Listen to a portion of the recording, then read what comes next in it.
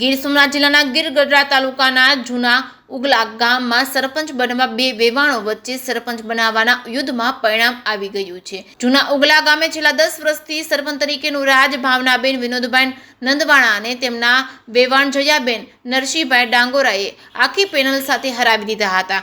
જ્યાં જયાબેન નરસિંહભાઈ ડાંગોદરા પોતાની યુવા પેનલમાં તમામ 7 સભ્યો સાથે જીતી ગયા છે. જે કે સ્વિંગ ગુજરાતી સાથે મહેશ વાજા, સોમનાથ. વાપરવાના છે, અમારે રૂપિયા ખાવાના નથી.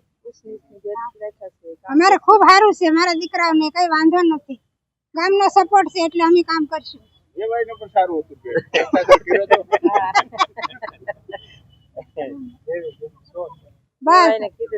વેવાઈને કીધું હતું ગામનું સારું કરો એમ. સરકાર આપે છે જ રૂપિયા, થોડા નથી આપતા.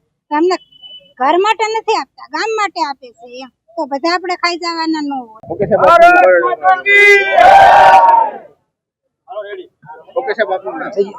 મારું નામ વિનોદભાઈ જસાભાઈ નંદવાણા, માજી સરપંચ.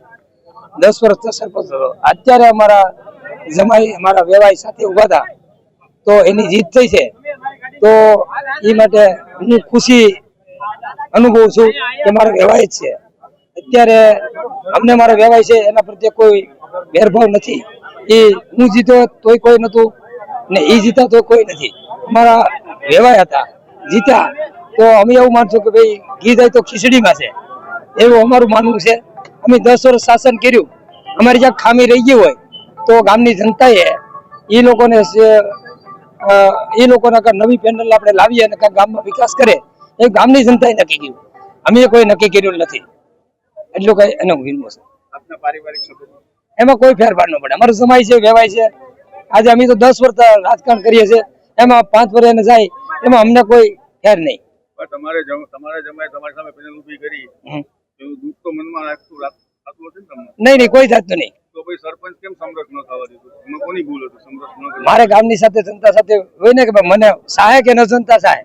10 વર્ષના શાસનમાં જનતાને મારે સુકાતો લેવાનો હતો, મારે વ્યવહાર નહીં. તમારે નક્કી થઈ ગયું જનતા તમને ચાહતી નથી એવું? હા, જનતાનો સહાય મને નક્કી થાય, જનતા મને નથી ચાહતી નક્કી થાય. મારું નામ ડાંગોદરા દિવ્યાકાંત નરસિંહભાઈ છે. મારા મમ્મી યુવા પેનલના ઉમેદવાર, સરપંચના ઉમેદવાર હતા.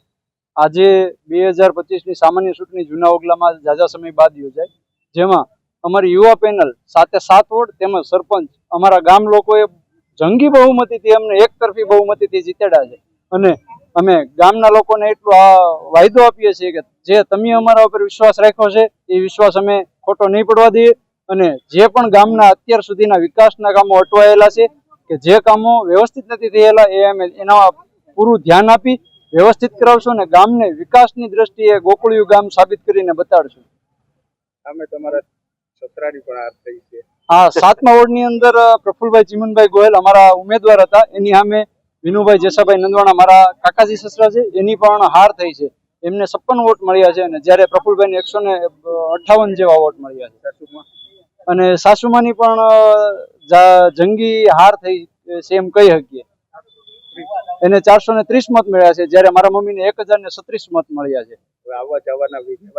નહીં, આમાં તો ઇલેક્શન હોય એટલે ઇલેક્શન તો ગામના વિકાસના મુદ્દાને લઈને લડતા હોય છે, જ્યારે સંબંધોને લઈને લડાતું નથી.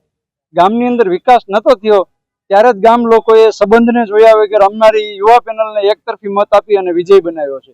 અને અમે કામ કરશું એટલે ગામ લોકોને ઓટોમેટિક લાગશે કે નહીં, જેને મત આપ્યા છે એ સાચી જગ્યાએ આપ્યા છે.